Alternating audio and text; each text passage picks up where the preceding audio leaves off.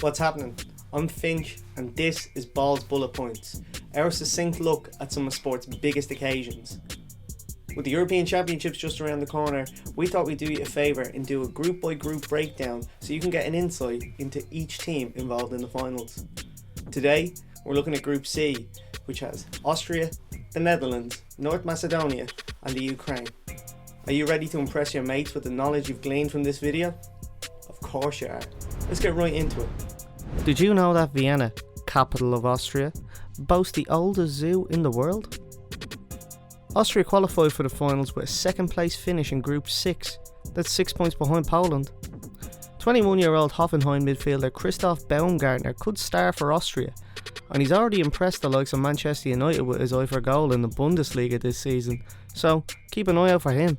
The new Austria home jersey is absolutely gorgeous, with the subtle detailings on the red and white colour scheme working without fault. Honest to God, we could gawk at this jersey all day. Tony Polster, we haven't forgotten about you. His 2 goals at Lansdowne Road in 1995 was another reason why Ireland were forced into a playoff for Euro 96. He's the last man you want to see after doing the Harry Ramsden's challenge. Austria are 80-1 to win the tournament outright with Labrooks, and that's quite short. Also, it's hard to gauge if they'll even get out of Group C. We do fancy them to finish 3rd, whether that'll be enough for a berth in the knockout rounds remains to be seen. Did you know that Dutch men are the tallest on average in the world? Welcome back to tournament football, Holland. The Netherlands were runners up in Group C behind their old enemy Germany, but they won't mind that at all. They were just relieved to qualify. You can rest assured that with every class of Ajax Academy graduates, there's bound to be 1 or 2 gems, and that's exactly what Ryan Gravenberch is. A centre midfielder with utterly astounding physical attributes.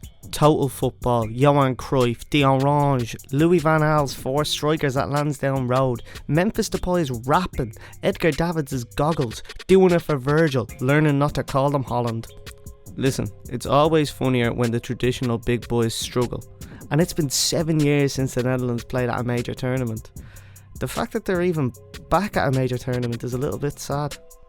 12-1 is the price that you'll get on Labrooks for the Dutch to win the whole lot, and we think that they'll easily finish top of this group, but without Virgil, do they really have the credentials to go all the way and win this tournament?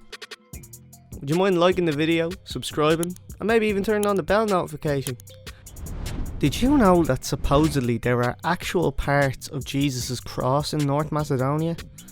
It took a Nations League playoff, but North Macedonia qualified for their first ever major tournament by defeating Kosovo and Georgia. The biggest unknown quantity in the tournament, bar the legendary Goran Pandev of course. We're going to go for Napoli's Elif Elmas here, who, despite only being 21 years of age, is absolutely North Macedonia's key man. The biggest underdogs in the entire tournament, so we don't need to explore all the reasons why you should be supporting North Macedonia. It should speak for itself.